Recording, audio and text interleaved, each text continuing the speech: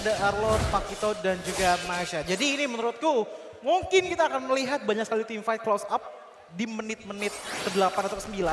Tapi yang pasti, yang paling berbahaya menurutku dari Onyx adalah mengambil ke arah Harithnya. Kenapa Coci bilang berbahaya? Karena menurutku ini bakalan do or die.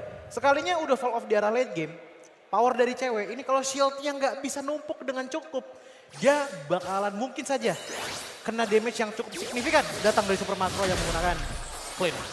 Alright, tapi kalau misalnya Clean ini sangat enak untuk melakukan poking damage. Yes. Di arah mid to the late game dia akan sangat sakit dan itu dia tugasnya dari seorang Masha. Kalau Boots gak berhasil dengan maksimal nutup pergerakan dari arah Clean, tidak bisa di following up damage, mungkin Clean-nya akan semena-mena. Yeah. Dia di arah mid to the late game, gak usah deh sampai mid to the late game, punya 2-3 item aja. Dia bakal nge-ejam-ejam para pasukan dari Onyx. Iya, dan bahkan kalau kita ngeliat dari emblemnya pun ternyata dari kedua belah gold laner ini ada sedikit perbedaan di mana Festival of Blood ternyata yang dibawa oleh cewek untuk sustainability-nya. Tapi ingat, tipikal dari kedua belah gold laner ini punya abis melakukan skill, basic attack-nya gede. Yaitu dengan apa? Starlium Sight dan juga Endless Battle. Jadi balik lagi, mungkin untuk di gold lane kita akan melihat banyaknya poking-pokingan damage antar kedua belah gold laner. Tapi kalau untuk di arah XP-nya, nah ini mungkin yang akan sedikit berbeda ya. Karena sisi power dari XP lane ini udah mulai kelihatan gede dari kedua belah kubu. Jadi ini bakalan juga menentukan bagaimana setup Turtle di menit kedua kita kali ini. Ya, yang paling nyebelinnya adalah gimana caranya Keyboy ini akan masuk nge-dive in tanpa harus keluar flicker. Dan dia bisa bawa orang-orang dari Epic Brain menuju ke arah para pasukan dari Onyx. Tanpa harus store skill yang terlalu mahal. Ini berbanding terbalik dengan Flip to Z. Yang dimana Flip harus benar-benar bisa mengeluarkan source skillnya itu dengan maksimal. Karena kalau satu momentum penalty zone dan juga flickernya aja miss, gue sih nggak tahu gimana caranya dia bisa menghadang pergerakan dari cewek. Karena damage-nya akan tentu sangat besar.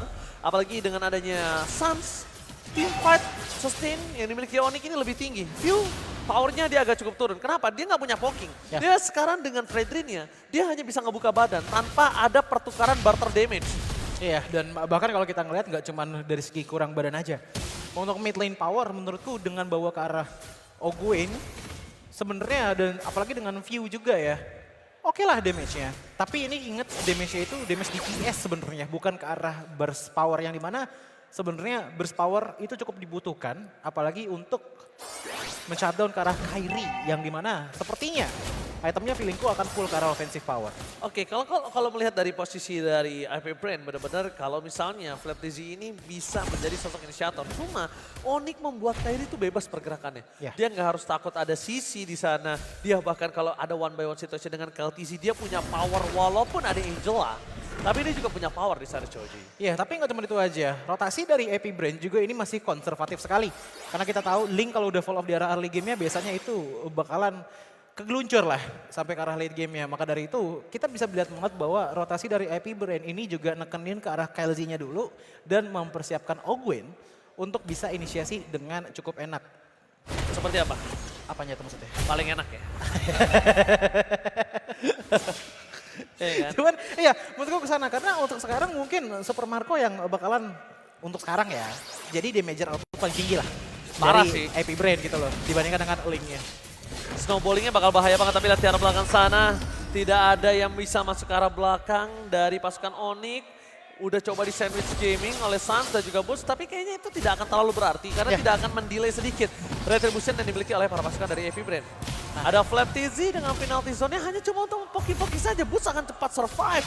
Dan lihat, final slice yang telah dikeluarkan View akan coba dipaksa dengan adanya satu HLA. Ada Hardcard, masih dapat untuk bertahan, mundur ke arah belakang, masih ada Kurt Altar, press board for nothing. Tapi lihat para pasukan dari Onyx, mereka akan mundur sejenak. Damage terlalu sakit dan View membalikkan keadaan. View to survive kali dan bos.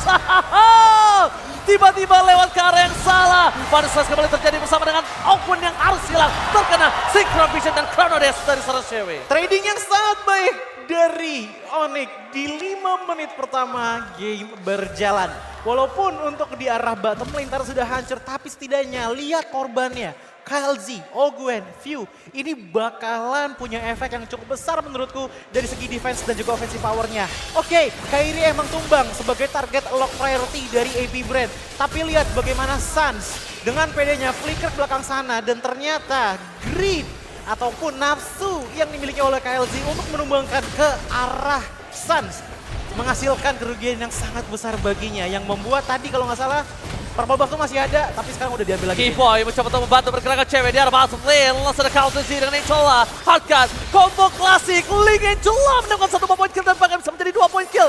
Where are you going Keyboy? Gak boleh kemana-mana dan double kill didapatkan KLTZ dengan damage yang maksimal. Makin lebih sustain, mobilitas yang benar-benar baik dari AP Brand. Dia memaksakan pertukaran 2 poin kill untuk membalaskan dendam di arah mid lane. Ya ini kalau untuk dari AP Brand, positif power mereka ya untuk di arah early-nya menurutku adalah rotasi yang cepat ke arah top lane, bottom lane apalagi dengan Angela menggunakan hard guard-nya. Itu benar-benar instan bisa nyampe seketika yang ngebuat untuk early power AP Brand cukup oke walaupun damage-nya menurutku itu lebih besar di tangan Onyx. Cuman yang menjadi kesusahan bagi Onyx adalah catch up-nya itu kepada rotasi dari AP Brand yang agak sulit. Tapi dengan Turtle yang sudah mulai diambil, View di depan sana ditarik oleh Suns bahkan dimundurin lagi makin jauh. Tapi Boots menjadi korban utama di depan sana. KLZ coba untuk mengejar ke arah Boots tapi di belakang sana juga ada Keyboy dan 1 baris tersisa. Coba untuk ditahan dengan Puppet langsung ini ternyata Gilly Spree diamankan oleh KLZ. Oke, KLTZ versus everybody kembali terjadi di sana. Combo klasik dan bahkan Boots terperangkap. Tidak ada yang bisa menyelamatkan Boots. Double kill didapatkan oleh para pasukan dari Onyx. Kayaknya planning awal dari Onyx ini agak sedikit gagal untuk para pasukan dari AP Brand. Plan A, plan B, pelan-pelan Pak Supir. Para pasukan dari AP Brand mencoba untuk menuju ke arah mid lane nampaknya. Iya, ya balik lagi yang tadi seperti ku katakan ya, apalagi dengan Puppet on a String, ini yang bakalan jadi korban.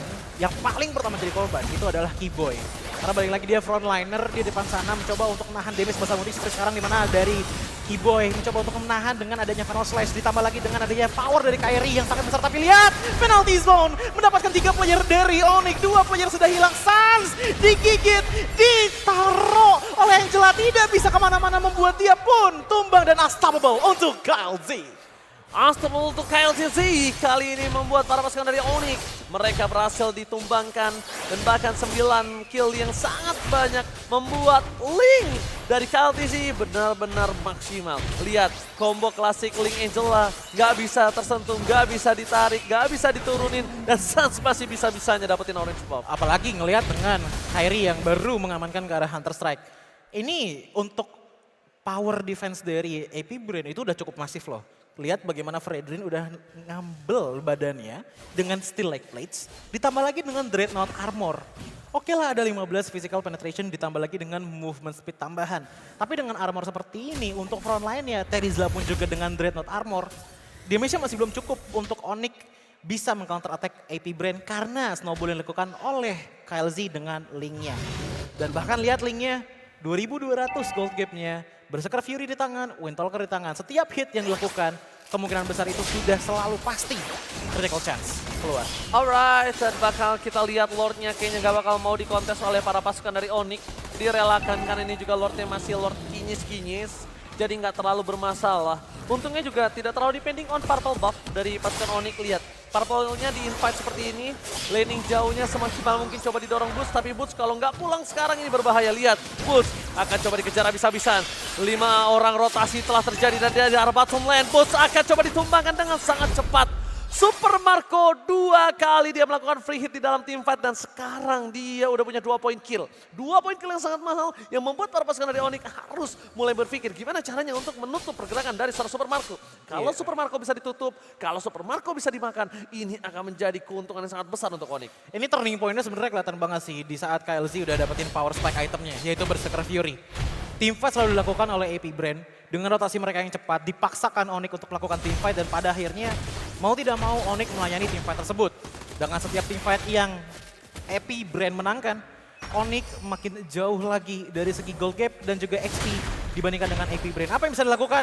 Menurutku ini agak sulit, tapi mungkin masih bisa dengan mendelay gameplay hingga menit ke-18. Udah pakai Retribution, mencoba ditarik ke arah View, tapi nampaknya para pasukan Onyx akan lebih memilih untuk menetralkan terlebih dahulu. Di arah top lane, masih ada Super Minion. View mencoba untuk menangkap Suns, tapi KLTZ fokus ke arah seorang Kenny dan juga cewek. Penalty zone-nya masih bisa diselamatkan oleh seorang Suns. Masih ada 1 buah card altar, tapi lihat di belakang sana KLTZ tersurvive.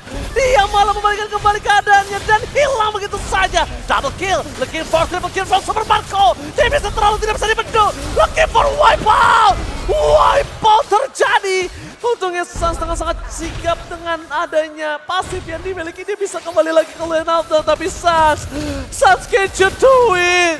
Ini penjara